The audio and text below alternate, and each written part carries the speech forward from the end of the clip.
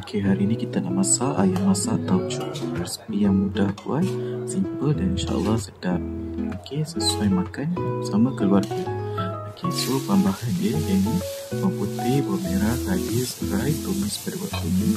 Okey, lepas tu masukkan pula tauco. 1, 2, 3, 4 sudu gantung lah. Okey, lepas tu masukkan pula tak tumis dulu, tumis. Lepas tu masukkan pula ayam ni. Ini ayam. Okey, masukkan ayam. Ayam ni boleh yang separuh masak ataupun masak penuh. Okey, lepas tu dah cerah balik dah. Okey, baru adjust lighting tu. Kita go bagi seperti waktu belum macam ni lah. Okey, lepas tu masukkan garam dengan ajinomoto. Okey, untuk season dia awal-awal macam ni, nanti boleh adjust balik dia dah ujung-ujung dia. Okey, bagi dia seperti. Lepas tu masuk adukan.